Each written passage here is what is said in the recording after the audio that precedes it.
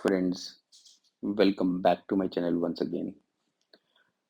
आज आपके साथ में एक बेसिक हेयर कट शेयर कर रहा हूँ जिसका डेमो है। इसको हम करेंगे इसमें स्ट्रेट हेयर कट। आपने देखा मेरे क्लाइंट के बाल कितने लंबे हैं। तो सबसे पहले हमने उसको अच्छे तरह से वाटर से स्प्रे से गीला कर लिया क्योंकि इन्होंने शैम्पू नहीं कराया है, हेड वॉश नहीं कराया है।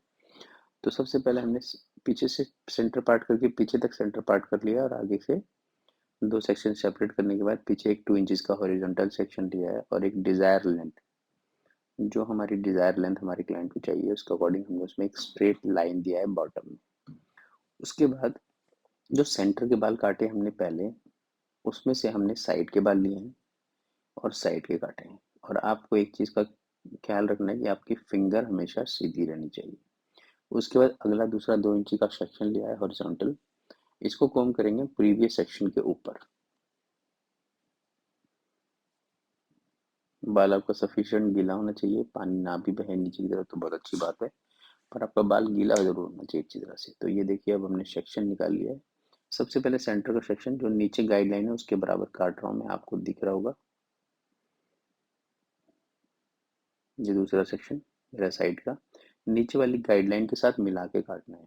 अगर उसको आप देख भी सकते हो, और जब हम पहला सेक्शन काट लेते तो हमारे को गाइडलाइन दिखती भी है और नीचे वाली भी दिखती है और साइड वाली भी दिखती है।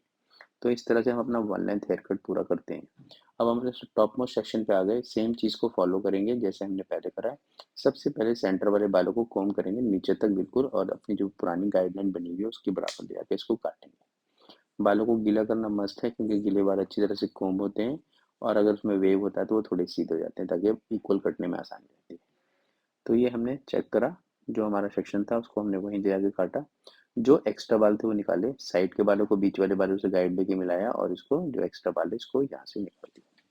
सेम चीज़ हमने दूसरी साइड मतलब अपनी साइड भी करी, ये वाली साइड अभी कर रहा हूँ मैं।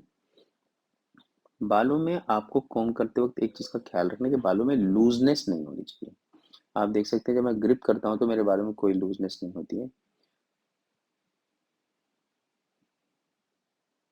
बालों को आपने सफिशिएंट गीला कर लेना है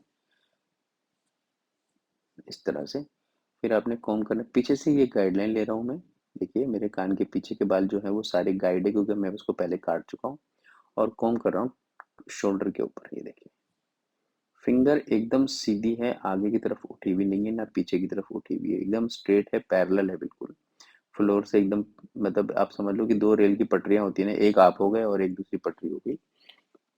तो उसके हिसाब से उसको हमने पैरेलल रखा है बिल्कुल, लेंथ को और फिंगर को।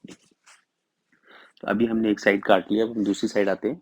अच्छी तरह से बालों को गीला करेंगे ताकि उसमें कोम करने में आसानी रहे और कोई लूजनेस ना आए। पीछे से गाइडलाइन ले लिए मैंने ये, और इसको मैं अब कोम कर रहा हूँ टुवर्ड्स द शोल्डर, और इसको मैं काटूंगा स्ट्रेट लाइन में। ये देखिए आप मेरी फिंगर यहाँ देख सकते हैं कितनी स्ट्रेट रखी है मैंने। तो ये हमारे हेयर कटर टेक्निक, ये फ्लिक का पार्ट है जिसको मैंने फेस से अलग किया है। अब हम क्या करेंगे, फ्लिक को इनको ग्रो करना है। तो अब जब किसी का बाल हमने फ्लिक ग्रो करना होता है तो उसकी सेटिस्फेक्शन के लिए कि उसके तो आपको बिल्कुल हल्का सा ट्रिम करके छोड़ देना है। और उससे क्या होता है कि जो नीचे पतला बाल होता है वो रिमूव हो जाता है। उसके बाद ये मैंने पीछे के बाल लिए हैं बड़े सेक्शन में, देखना चाहता हूँ कि दोनों साइड के बाल बराबर है कि नहीं। तो आप कॉम्ब करेंगे तो एक वी बन के आना चाहिए, बस उस वी के टिप को आपने रिमूव कर देना है। तो ये था हमारा one length hair cut, straight hair cut, basic hair cut. आप इसको किसी भी नाम से बुला सकते हैं। इसको हमने ब्लो ड्राई कर दिया है बाउंस में। बाउंस में ब्लो ड्राई करने से क्या होता है कि जो वन लेंथ हेयर कट होता है उसको एक नई लुक मिल जाती है। तो जो हमारे स्ट्रेट हेयर वाले क्लाइंट होते हैं तो जो उनको भी एक ना न्यू लुक मिल जाती है, तो उनके अंदर फंक्शंस पे जाने के लिए ब्लो ड्राई की क्यूरोसिटी बढ़ जाती है। तो इसलिए आप कुछ ना कुछ हमेशा क्रिएट करना चाहिए आपको, ठीक है। तो आपको उससे ज़्यादा बेनिफिट मिलेगा। वैसे आपको मैं एक बड़ी वाली बात जो लोग करते हैं वैसे एक बड़ी बात बता देता हूँ कि आपको ना हमेशा कुछ क्रिएट करने पे बिलीव करना चाहिए, कॉम्पीट करने पे नहीं। आपको मेरी बात समझ में आ गई क्रिएट और कॉम्पीट में क्या फ़र्क है। तो ये देखिए हमारे बाल ऑलमोस्ट रेडी हो गए हैं। Thank you for watching. मिलता हूँ फिर नेक्स्ट वीडियो में।